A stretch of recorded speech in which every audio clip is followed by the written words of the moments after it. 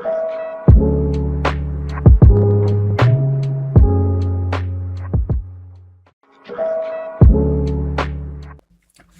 guys, it's okay, coming at you with a brand new video, and it is for this little emulator front. It is called Launchbox.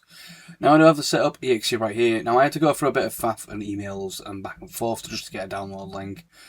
But yeah, I will drop it in the Discord so you don't have to go through that faff, but we're going to quickly launch it. I've done a basic setup just to get it, where I can sort of showcase how it is. And there isn't much really to mention for this. Well, I say that, but I'll just address the fact that it auto picks up any existing storefronts for Steam game, for PC games such as Steam, GOG. Obviously, Hydra don't apply to that because it's a third party thing, but anything like that, what I mentioned, like Steam, GOG, Epic Games, Ubisoft, EA, Rockstar, any of them, like legitimate game fronts, if you will, for the PC, it automatically picks up.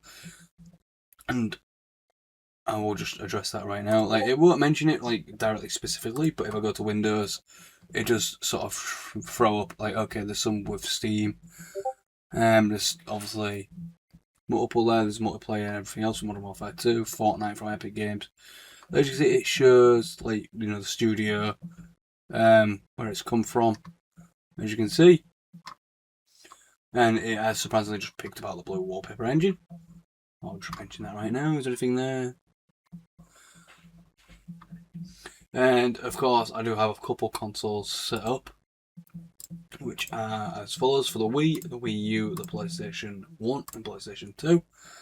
Now, I'll just address with any of these with consoles right now.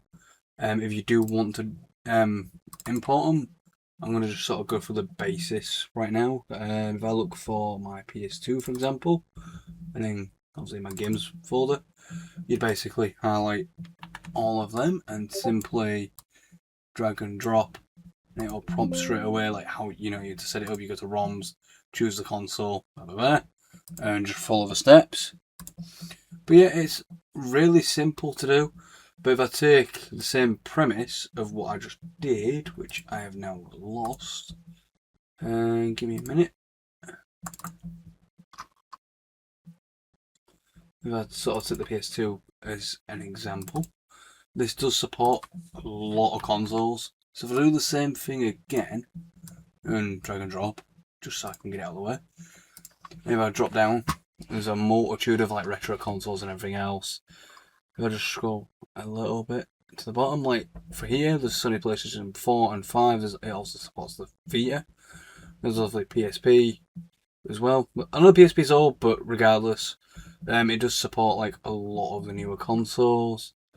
If I sort of have a zoom about, I did see Xbox somewhere. It's possibly under M.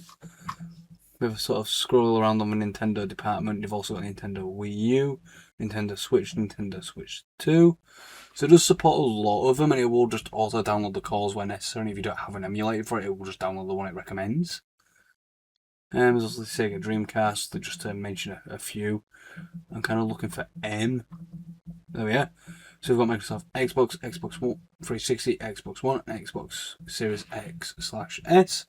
Like I said, it does support a lot of the modern stuff, as well as the natural retro. And don't get me wrong, it is purely down to your PCs and laptops, and obviously storage, as to what you're going to get away with.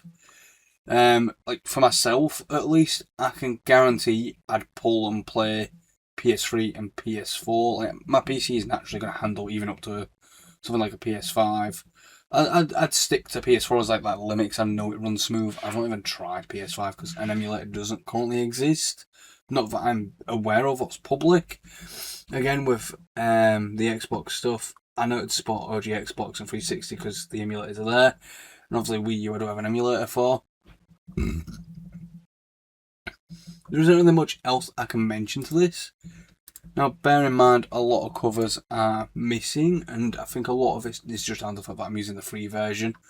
It can auto download and detect game covers and stuff when you put in URL links and stuff, a bit like how you would with any emulator.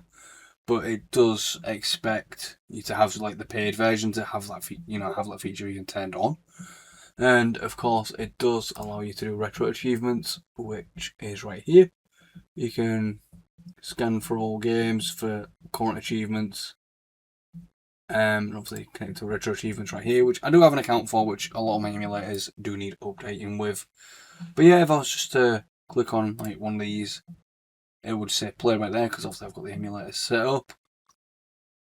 I'm not really gonna want to sit and want to play any of these, but a lot of the things like the ROM hacks and stuff do sit in here. As you can see, if I see there. So obviously like Half-Life Blue Shift is a ROM hack, and obviously is visibly there, and to play it, obviously it's set up for the PS2 emulator of course, but it is there regardless. I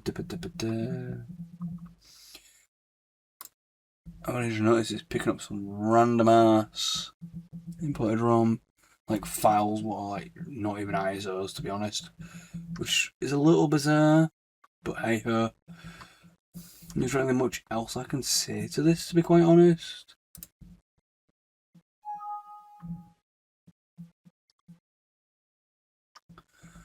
But yeah, it is worth checking out, in all honesty. Obviously, they're all the PS2 games. I've got a good 100 odd there. If I go to Sony PlayStation, I ain't got many. I just pick the games where I would associate, okay, I've played them on a newer console. I think, okay, I just want them for the PS1. A lot of these would just predominantly be like the Final Fantasies, the Crash games, Silent Hills. Obviously, I played some of the Harry Potters, but I played them on PS2, not on the PS1. But as I've played them, I just thought I'd add them. But if I go to Wii U, again, some of the covers are missing. It's like some of them, what I wouldn't expect to have covers, and vice versa.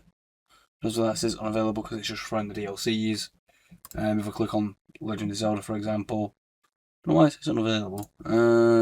Unavailable. Probably because I've changed the directory of where they're going. But yeah, there isn't much else to say with this. Again, I'll just quickly show the others.